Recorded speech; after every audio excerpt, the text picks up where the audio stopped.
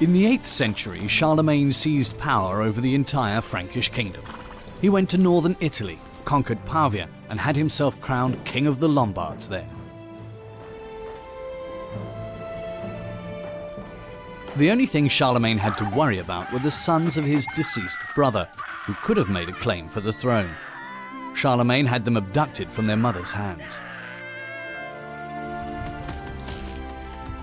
At the same time, to the east of the kingdom, the Saxons were fighting the Franks. At first, Charlemagne managed to win important battles, but then the rebel leader, Widukind, grew into an enemy who resisted bitterly. Bei allen Göttern schwöre ich, Widukind. Das räche ich. Deine Untertanen, deine Krieger, selbst deine Fürsten. Sie alle sind des Krieges müde und mit Verlaub. Ich bin es auch. Against all advice, Charlemagne rushed to help the governor of Saragossa. He was hoping to expand his kingdom all the way to Spain. But the plan went wrong. The city gates remained closed and Charlemagne had to retreat. At the same time, the Saxons exploited the absence of the Frankish army and rebelled once again under their leader Widukind. Now Charlemagne was prepared to do whatever it took. He ruthlessly forced the Saxons into submission and had thousands of rebels beheaded. But their leader Widukind kept escaping capture. Willst du dein Leben retten? Dann sag mir, wo ist euer Anführer? Wo ist Widukind?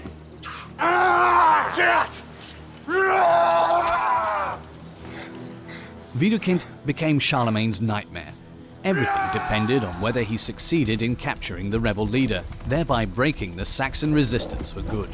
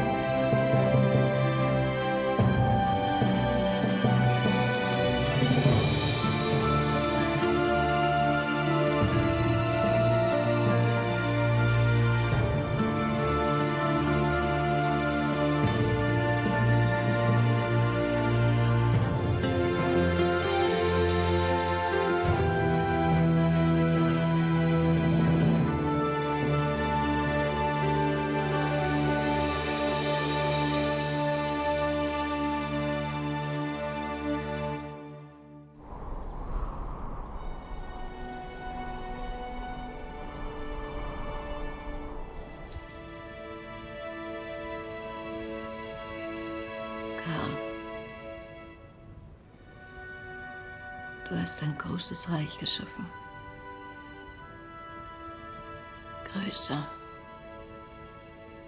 Größer als dein Vater es vermochte. Doch öffne deinen Blick und dein Herz und suche einen anderen Weg. Den führst du weit und nur stuhl das Schwert. So wird unser stolzes Reich zugrunde gehen. Und du mit ihm, mein geliebter Sohn.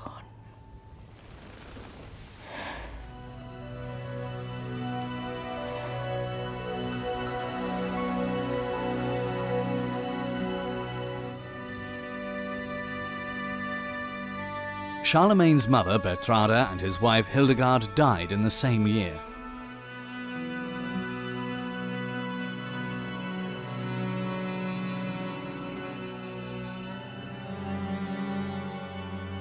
Charlemagne ruled out his son from his first marriage, Pepin the Hunchback, as heir to the throne, in favor of Hildegard's sons.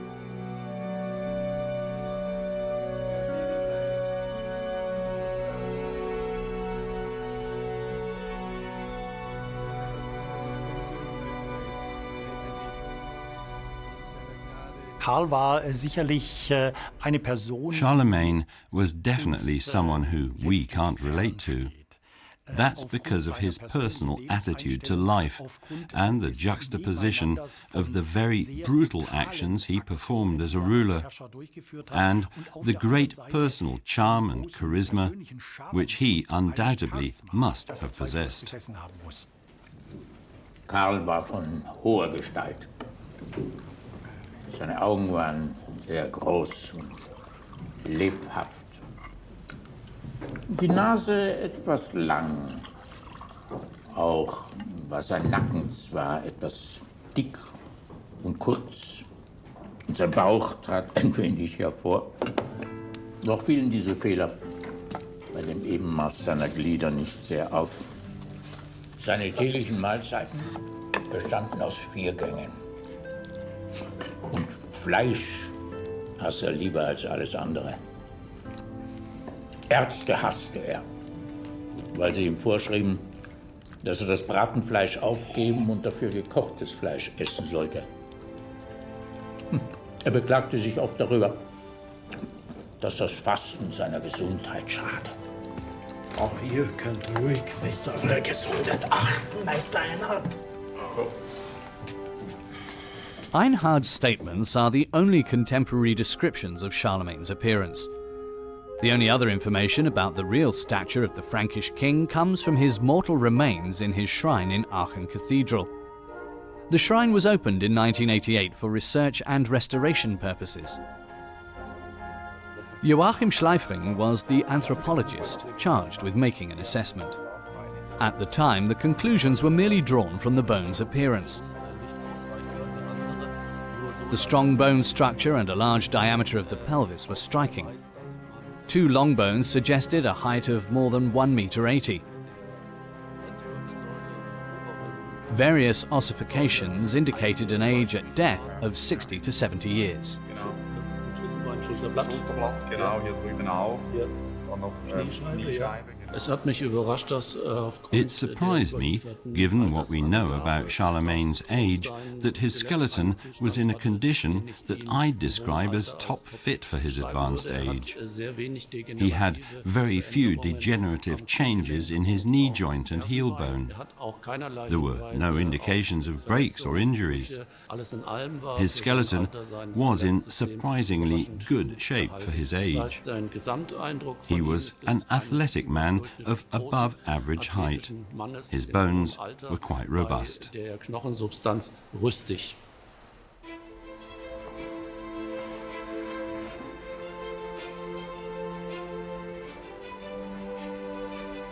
The emperor's cranium is also in Aachen's cathedral treasury and can be examined. The sutures confirm Charlemagne's ripe old age of 66. That means he exceeded the average life expectancy of a Frank in the early Middle Ages by 37 years.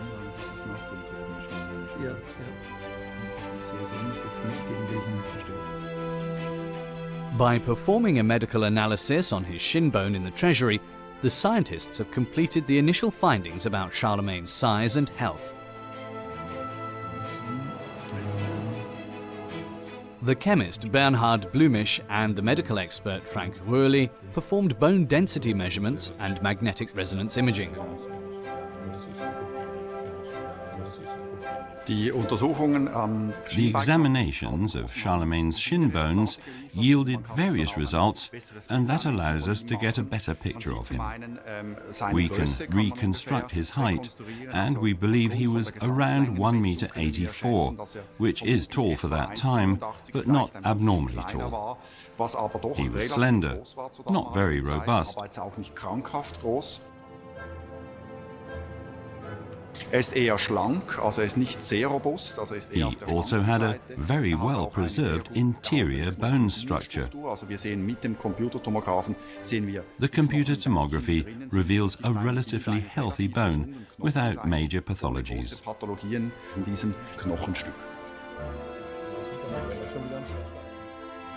1,200 years after his death, modern medicine has confirmed that Charlemagne was in rude health.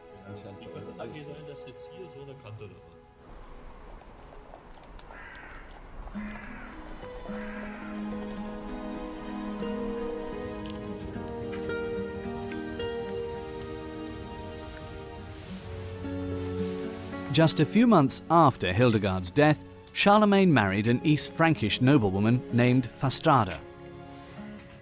She was described as clever and self-confident and made quite a few enemies in the male-dominated society. At the same time, in Saxony there was fighting yet again.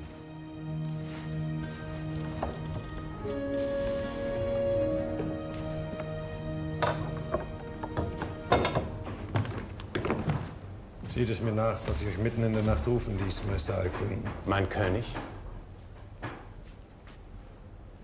Ich will ihn fragen. Ist diese Welt denn eine gerechte? Erfüllt sich in ihr ein göttlicher Plan? Und der Tod? Sagte, gibt es nicht jenseits des herrlichen Seins das trübe Nichts?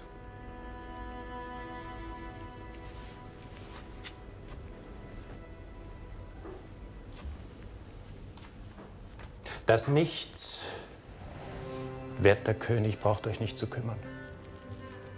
Alles ist von Seiendem erfüllt, wohlgeordnet, immerwährend und durch nichts zum Stillstand zu bringen. Dem Herrschenden kommt es zu, gemäß dieser göttlichen Ordnung zu handeln und das Reich gemäß der kosmischen Gesetze zu lenken. Nirgendwo ist nichts und nichts geht je verloren. Und nicht immer ist Gewalt der richtige Weg, Gottes Ratschlüsse für die Ewigkeiten durchzusetzen. Karl der Große rechnete fest mit dem Charlemagne was firmly expecting the Last Judgment, and like most of his contemporaries, he was probably scared of it. He knew that every person would stand alone in front of his judge, and he knew that a king would also be punished for the sins of his subjects. That's scary. I think Charlemagne will have been scared about death, and that a lot of the energy to reform his realm came from this fear. I think that's an interesting thing. This one piece will make 52 layers. Watch on mobile devices or the big screen. All for free. No subscription required.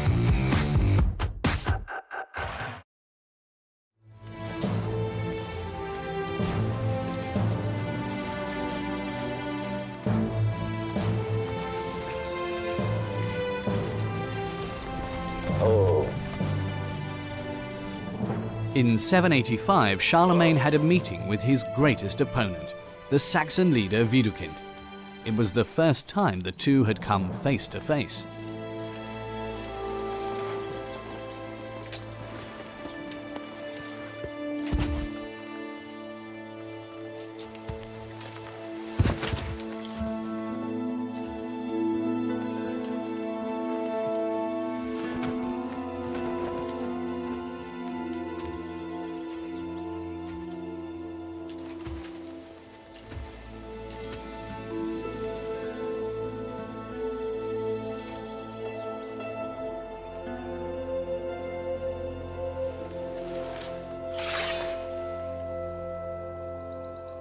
Die mittelalterliche Gesellschaft ist, so sagt man, eine agonale Gesellschaft. Medieval society was a society where everything was focused on competition.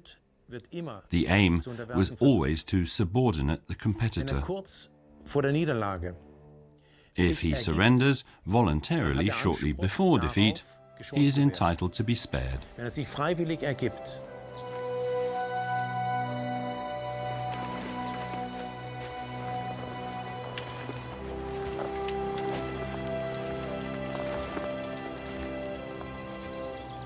Mein König.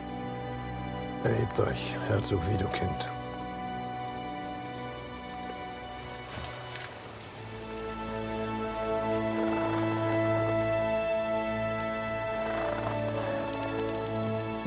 Gelobst du in Gott, allmächtigen Vater? Ec gelobo in Gott, allermächtigen Vater. Widukind had himself baptized, and Charlemagne was his godfather. Gelobst du in Heiligen Geist? Ec gelobo in heiliger Gast. Charlemagne's acting as godfather to Widukind was an act of friendship, of friendliness and recognition. It's paying tribute to the defeated, if you will.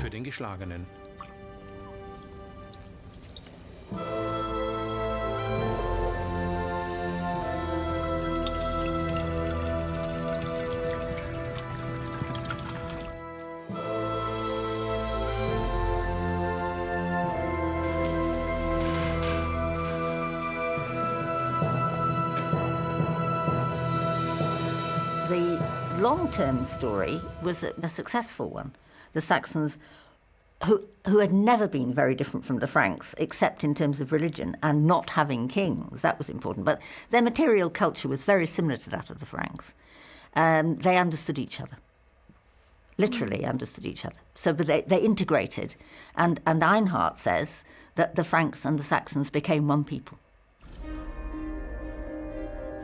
Widukind's price for peace was high, and despite the empty state coffers, Widukind's conversion to Christianity was worth several precious items to Charlemagne. The Museum of Decorative Arts in Berlin has one of them, the Bursa. It's said to be one of the baptismal gifts given to the Saxon prince by Charlemagne.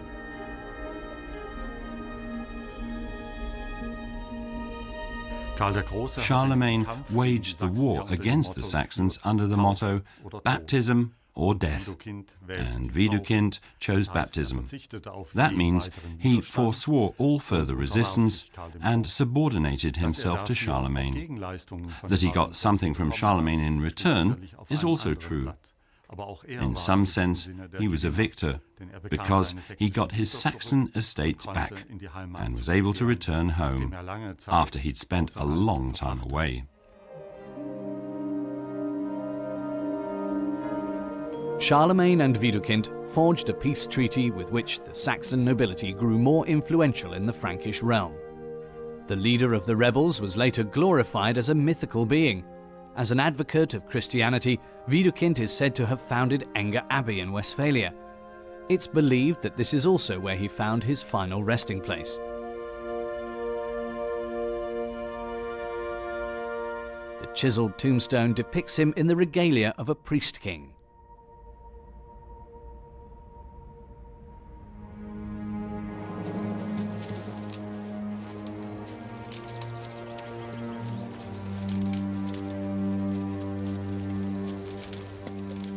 The Saxon wars exhausted the Frankish realm. There were frequent rebellions that Charlemagne put down brutally. It took a long time to realize that it would take more than tough action and oppression to obtain the loyalty of his new subjects.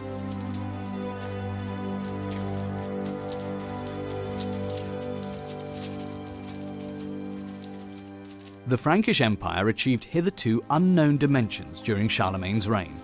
It became the superpower in Europe. Even the powerful Duchy of Bavaria was annexed, along with parts of the Avar kingdom in the east.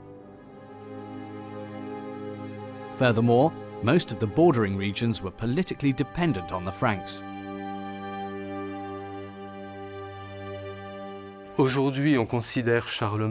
days we see Charlemagne as the father of Europe, or one of the fathers of Europe. But politically, you can't transfer the term Europe to the time of the Carolingians. Even though poets sang hymns of praise about Charlemagne at the time and called him the beacon of Europe, this was always a purely geographical term.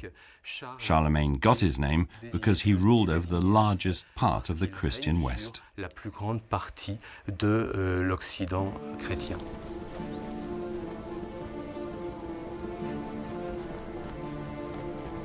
In order to rule over his huge realm, Charlemagne was always on the go with his entourage.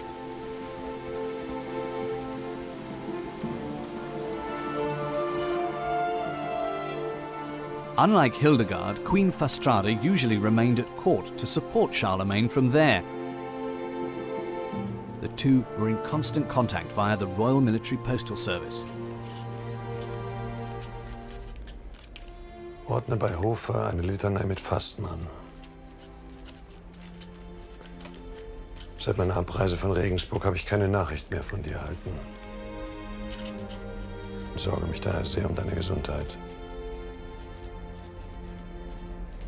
Möge es dir gut gehen. Ich grüße dich sehr. Im Namen des Herrn.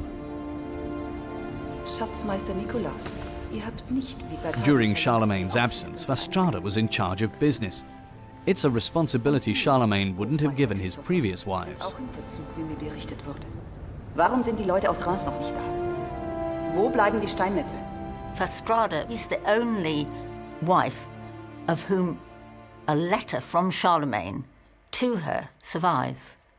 And again, it's a letter that's couched in terms which are affectionate, but which also imply how politically important she was. Charlemagne's third wife, Fastrada, who presumably wasn't as young as Hildegard when she married Charlemagne, seems to have been more important to him politically. He included her more than he did Hildegard. We know that she's mentioned in the Capitulare de Villis, and she was to be kept informed about the proceeds of the royal estates, just like the king.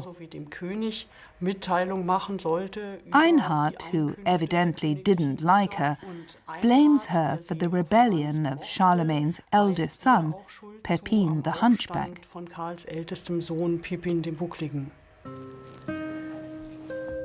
Der König stimmte oft den rücksichtslosen Handlungen seiner Gemahlin Fastrada bei und schien von seiner sonstigen Güte und Milde in ungewohnter Weise abzuweichen. Diese Königin, der Karl so freie Hand ließ, habe ich nicht mehr erlebt. Sie verstarb noch, bevor ich zu Aachen an den Hof kam. Damals war ich so alt wie du jetzt, Johannes.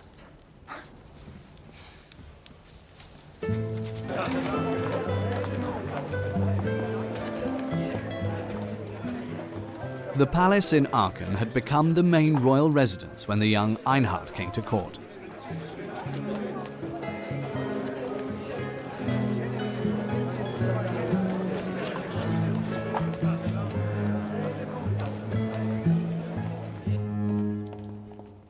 Charlemagne surrounded himself with European scholars in Aachen.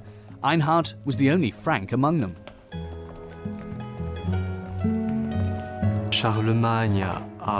Charlemagne took advantage of different political opportunities to attract scholars from other countries to his court, or to impose on them a stay at his court. I'm thinking of Paul the Deacon.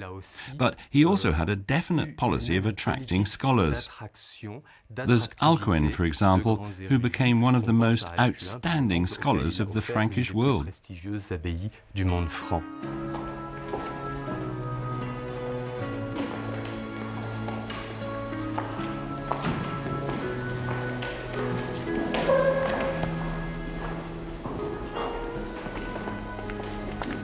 Willkommen im Reich der Gelehrten. Ich bin Osulf. Du musst Einhard sein? Ja, Einhard vom Kloster Fulda. Abt Baugulf hat mich geschickt. Ich habe gehört, du warst ein Musterschüler. Da, das ist der große Alcuin von York. Von nun an dein neuer Lehrmeister. Da, der weißhaarige alte Fuchs, das ist der Langobarde Paulus Diaconus. Angilbert, der Galan der Königstochter. Da, der dichtende Westgote Theodulf und Adalhard von Corbie. Charlemagne wanted to use the scholars to advance the culturally backward Frankish Empire by implementing an educational reform. Even before Charlemagne, important people realized that the formal education, mastery of the Latin language, the ability to read and write Latin texts had suffered greatly in the Frankish realm. The Anglo-Saxon missionaries in the mid-8th century were the first to realize this. Sind Pioniere für diesen Gedanken gewesen. Und schon unter seinem The first efforts to remedy the situation occurred under his father Pepin, but Charlemagne really focused on it, and I think it's one of his most significant achievements that he felt he could fix this decline in education, not by relying on the Franks alone, but by getting the support of educated foreigners.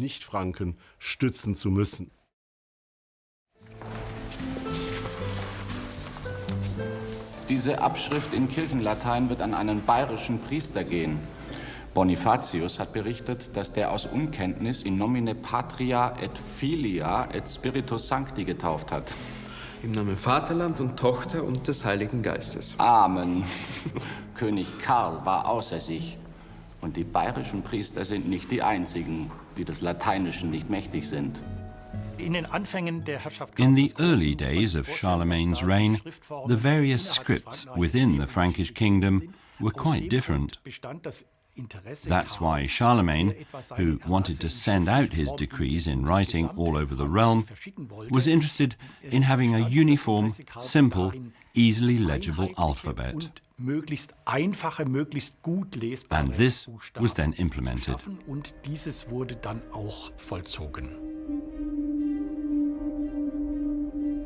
One of the most important achievements of the educational reform came from Charlemagne's highest court scholar. The Alcuin Bible, written in Carolingian minuscule, the new script of small letters. This made a joined-up, simple way of writing possible for the first time. It's the precursor of our current writing.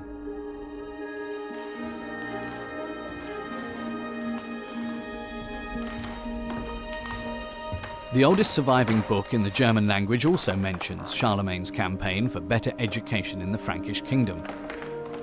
The Codex Abrogans was a first dictionary of terms used in Church Latin. Priests and lay people were to really understand what Christian texts talked about.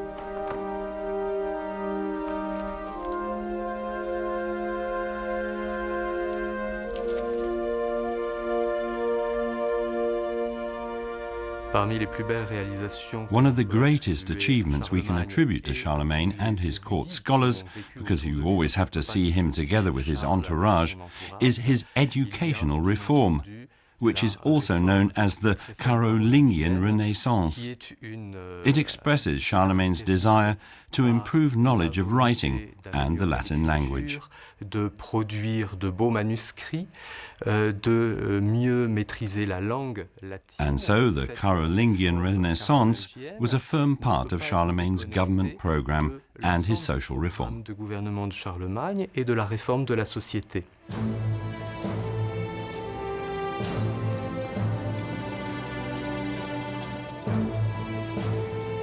In September 796, Charlemagne's son, Pepin, returned victorious from his campaign against the Avars in what is now Hungary.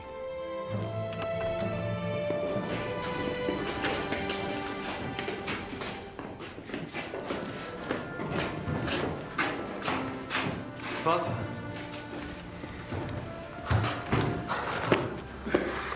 Endlich, mein Sohn.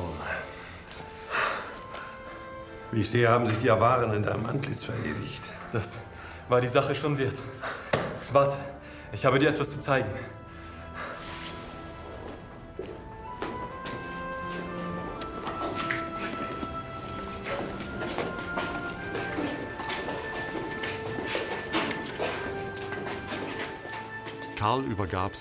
Charlemagne gave his son Pepin the supreme command in the Avar campaign. That was definitely a test, and Pepin passed this test with flying colours. The victory against the Avars was a huge success. The booty was plentiful, and it greatly increased Charlemagne's standing.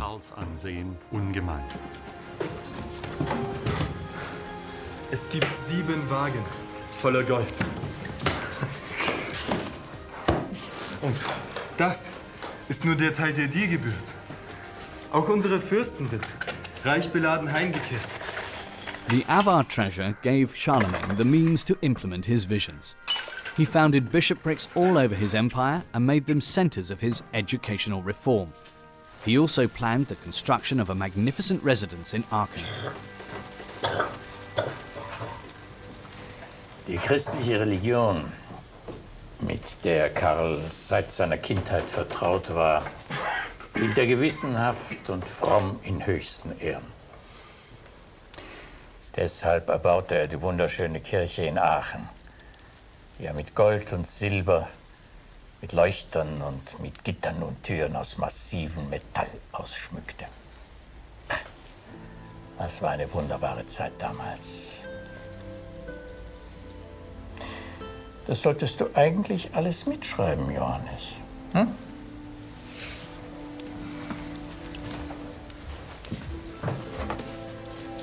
Für diesen Bau ließ der König Marmor und Säulen aus Rom und Ravenna bringen, wie er sie sonst nirgends bekommen konnte. Ich glaube, es war seine Absicht, damals schon wie ein römischer Kaiser zu leben. Ja, das brauchst du jetzt aber nicht aufzuschreiben. Der Papst selbst hatte ja das wertvolle Baumaterial bewilligt. Der Mutter Gottes und unserem König zur großen Freude.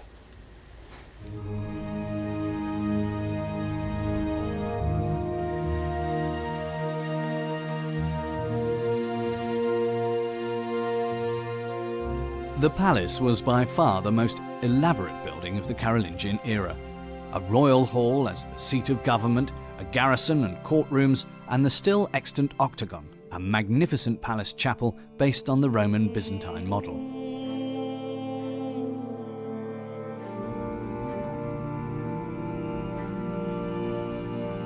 Even 200 years after its construction, the church dome was to be the highest north of the Alps.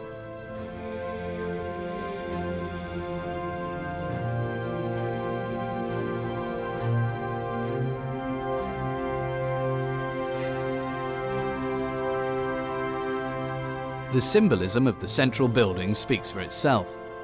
An octagon as a representation of heavenly Jerusalem. That was how Charlemagne expressed his entitlement to rule the whole world.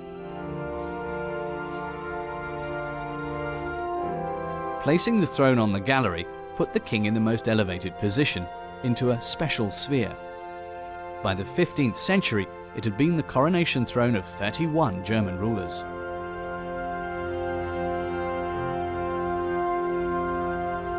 The palace chapel, the octagon, which still exists as Aachen Cathedral, was influenced by a model in Ravenna. That's evident, but it's not at all clear how much he copied Roman buildings in general. There are certain documents, but they're by no means clear. During the reign of Charlemagne, Aachen fulfilled a part of what Rome once meant to the Roman emperors. But Aachen wasn't some kind of replica of Rome in Charlemagne's day.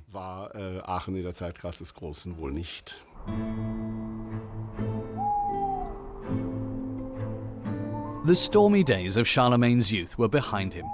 Now he focused more on seeking insights and gathered the leading scholars of Europe in Aachen to create philosophical circles.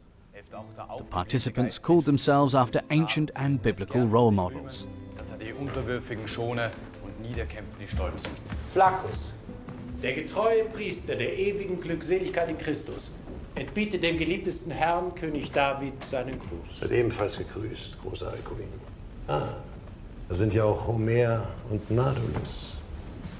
Alcuin, was sagt ihr heute über die Stellung der weltlichen und geistlichen Herrschaften? 3 Ämter gelten heute auf der ganzen Welt am höchsten. Das eine ist die Würde des Papstes in Rom. Das andere ist die kaiserliche Würde von Byzanz. Und das dritte ist die königliche Würde, in die euch, mein König, Gottes Wille als Leiter des Christentums eingesetzt hat.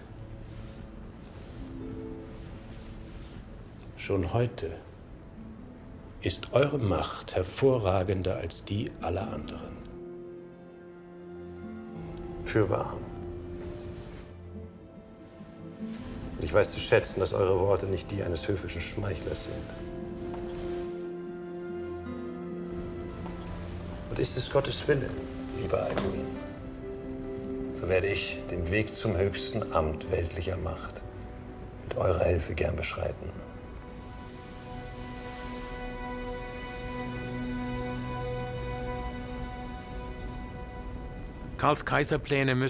Charlemagne's plans have to have come together a while before the year 800. The first signs of them can be found in the royal annals, if you just look at who Charlemagne was communicating with at the time. Suddenly, from 797, all the great rulers are suddenly gathered around. Not just the emperor in Byzantium, the caliph in Baghdad, the emir in Cordoba, but also the lesser rulers, even from North Africa and Italy. Suddenly, everyone's represented. Within the next 5 years, they're all listed in the royal annals. That's a ruler acting like a world ruler.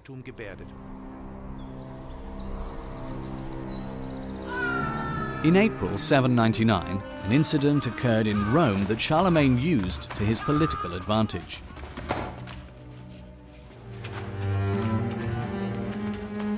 The Pope was physically attacked. Men from his closest circle were involved. They accused Leo III of fornication, adultery and perjury. In addition, he wasn't from Roman aristocratic circles.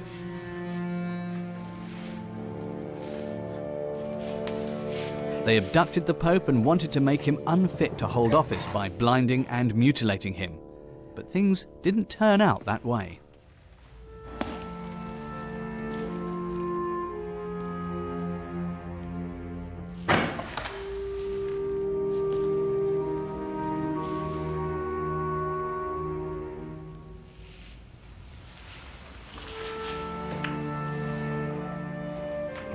A loyal servant helped the Pope escape to the care of royal Frankish messengers, who led him across the Alps to the only conceivable place of refuge, to Charlemagne, the patron of the Roman Church. The trip across the Alps took 8 weeks. Then the Pope, accompanied by Charlemagne's messengers, reached the royal palace in Paderborn. The meeting took place in Paderborn, far in the north, and Charlemagne definitely didn't hold it there at random. He wanted to demonstrate to the Pope what he had done for Christianity, for the spread of Christianity. That's why the meeting took place in newly conquered Saxony. When Leo III arrived, Charlemagne let him feel his power. Hoheit, ihr beliebt zu scherzen. Es käme mir niemals in den Sinn, in eurer Gegenwart zu scherzen, allerheiligster Vater. Noch dazu in solch brisanter Sache. Ihr rettet mich aus den Fängen dieser Bastarde, nur um dann über mich zu richten?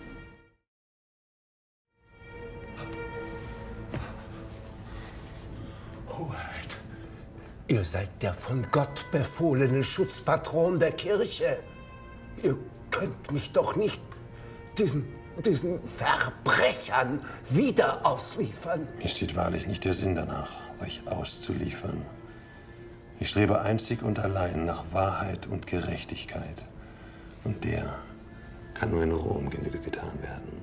Bitte, erhebt euch, allerheiligster Vater.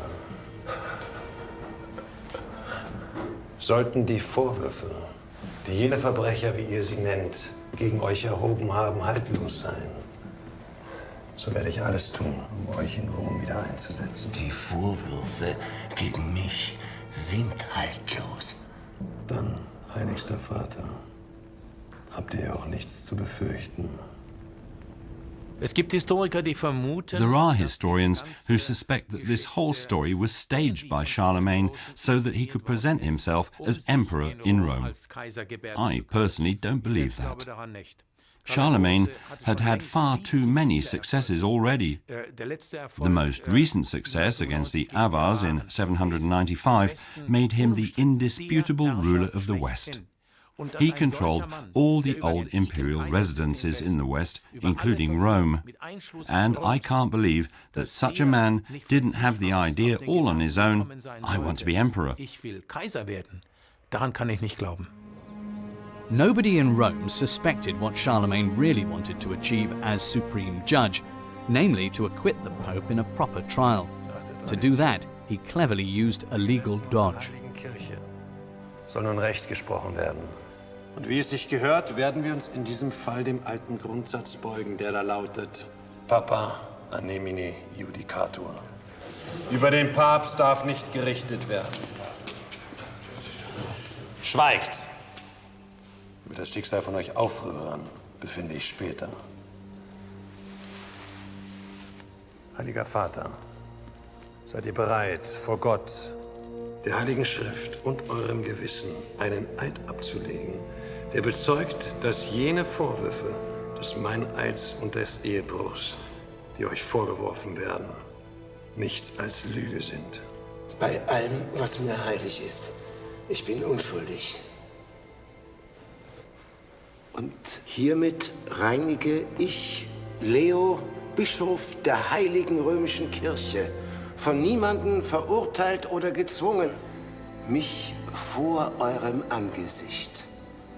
Und schwöre vor Gott, dass ich die verbrecherischen Dinge, die jene mir vorwerfen, weder selbst vollbrachte, noch durch andere vollbringen ließ. Leo III, reinstated as the Pope, was to show his gratitude to Charlemagne the next day.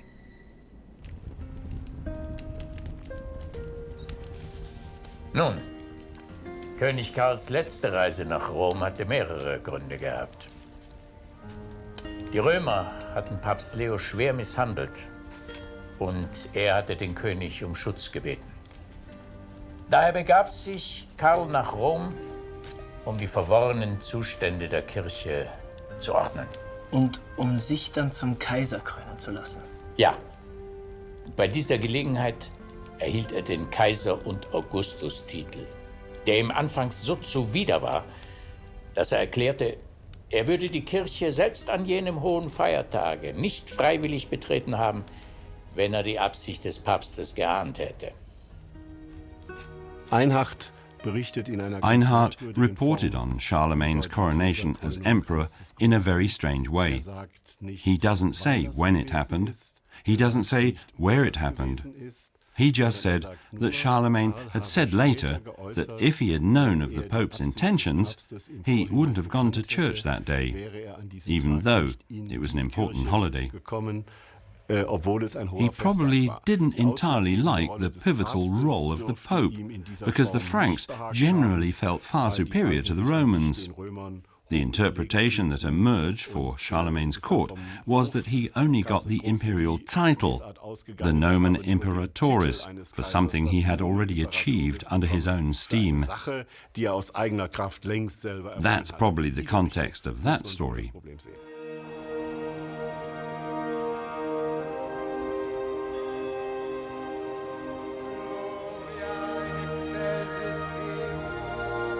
On Christmas Day 800, Charlemagne became Augustus Imperator Romanum, the noble emperor of the Romans.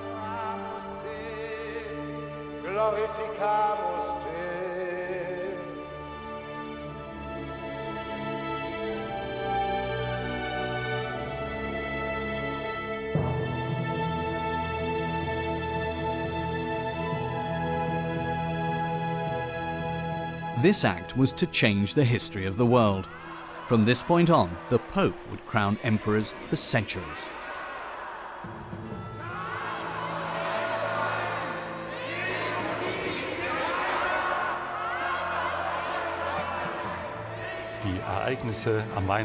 The events of Christmas Day had far-reaching consequences. That's when the medieval empire was founded, which was to continue in the form of the Holy Roman Empire up until the year 1806. At the same time, this empire was closely tied to the papacy, even though Charlemagne mightn't have intended this.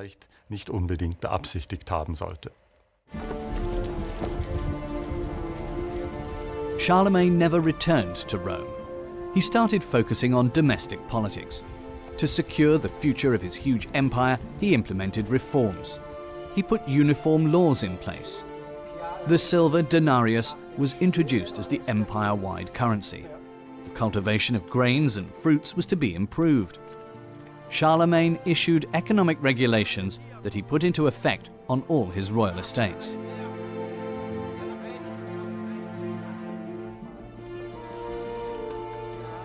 As part of his comprehensive educational program, Charlemagne made schools accessible to lay people. His maxim was, first comes knowledge, then action.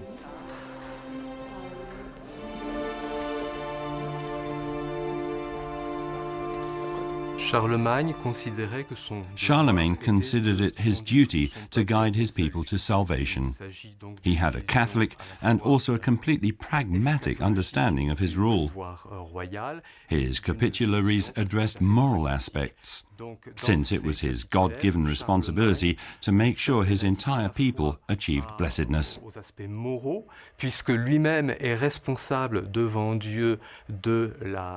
There's no doubt about it in the Admonitio Generalis. It was his job to lead his people to salvation. Son rôle est de conduire son peuple au salut. Karl musste in seinem Leben viele Schicksalsschläge hinnehmen. 4 seiner Söhne und eine seiner geliebten Töchter starben. Und er hat viel Tränen um sie vergossen. Denn seine Vaterliebe war für alle seine Kinder sehr groß.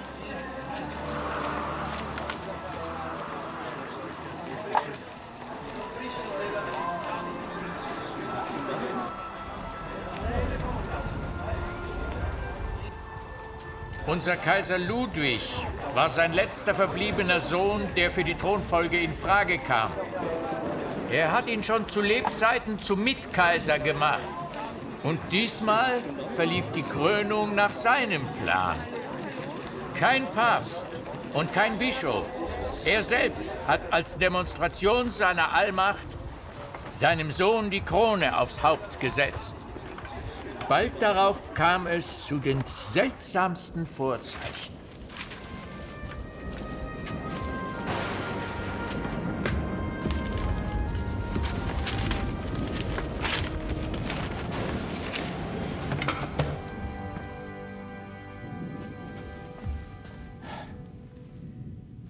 Ein gewaltiger Blitz hat damals in das Dach unserer Kirche eingeschlagen und die goldene Kugel auf der Spitze zerschmettert. Hinzu kam, dass der Palast in Aachen häufig erschüttert wurde und die Dächer der Gebäude, in denen Karl sich aufhielt, beständig knackten. Mehrere Monate bevor er starb, bemerkten einige Leute an der Wandinschrift im Dom, dass das Wort Prinzeps so verblichen war, dass man es nicht mehr lesen konnte. Und was tat der Kaiser daraufhin? Karl hielt nichts von diesen Vorzeichen. Jedenfalls tat er so, als gingen sie ihn nichts an.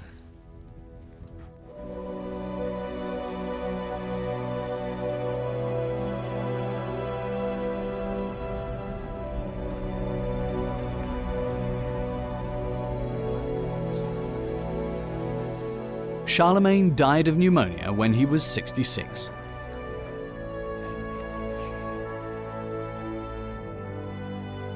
After a reign of 46 years, he left his son Louis a huge empire. As Emperor Louis the Pious, he would continue his father's reform policies, but he wouldn't be able to maintain the unity of the Frankish Empire.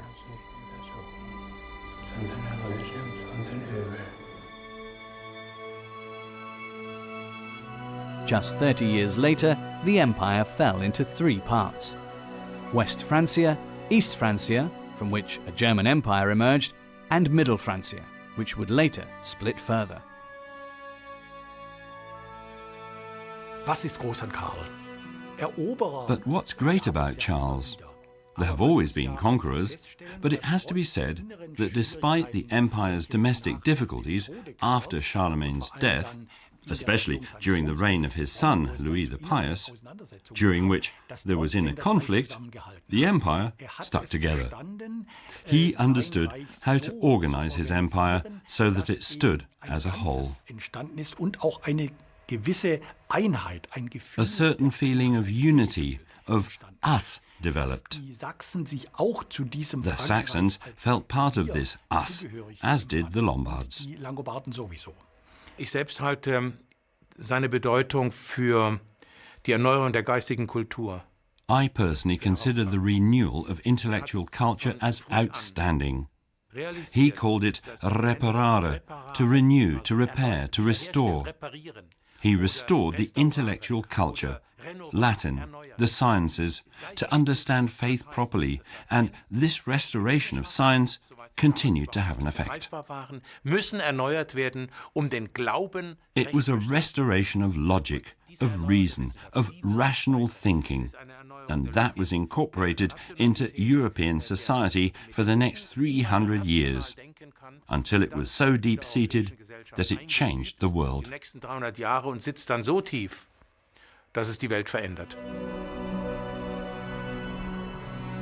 Charlemagne was buried in Aachen. Some say he was cruel and power-hungry, others praise him as being wise and agreeable to God. One thing that's certain is that as the first emperor of the medieval West, Charlemagne shaped an entire era. He ruthlessly forged an enormous empire with his sword, but he also made it flourish culturally.